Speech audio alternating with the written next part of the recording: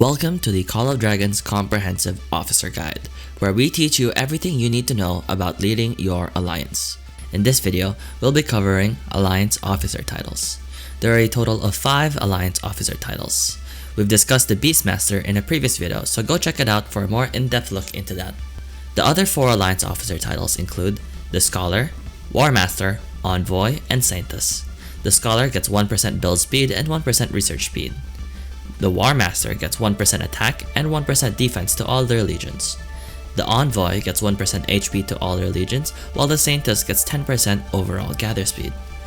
Now that we've talked about the 4 Alliance Officer titles buffs, we'll talk about what each officer title does and who to give it to. The Scholar can do 2 main things: edit alliance info and appoint officers. The Scholar is recommended to be appointed to the R4 that has the opposite time zone to the R5.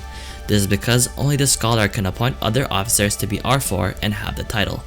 So in the case of Roots of War and it's coming up and you need to swap back to Beastmaster, the Scholar can do that as well instead of the R5. The Scholar can also edit the alliance info.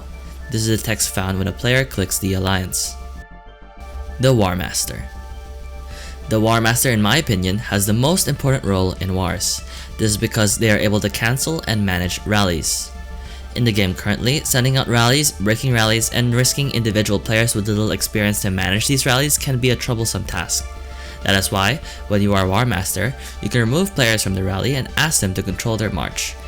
Then, for a second wave of troops, break the rally to come out of the rally. Third, the Envoy. The Envoy is an important role and is in charge of Union and Warband management. Every time an alliance needs to break Warband, it is recommended either the R5 or the Envoy is online. Examples of these cases are double rallying a pass or passing ownership of a spire or a pass to the Warbanded alliance.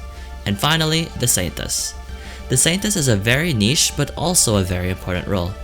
They are the only officer aside from the R5 who can remove alliance members' buildings such as turrets and remove alliance buildings such as towers, roads, and fortresses. This is useful for when you need to create a TP spot for players to TP into, or when you hop areas using a tower and the other towers are just redundant.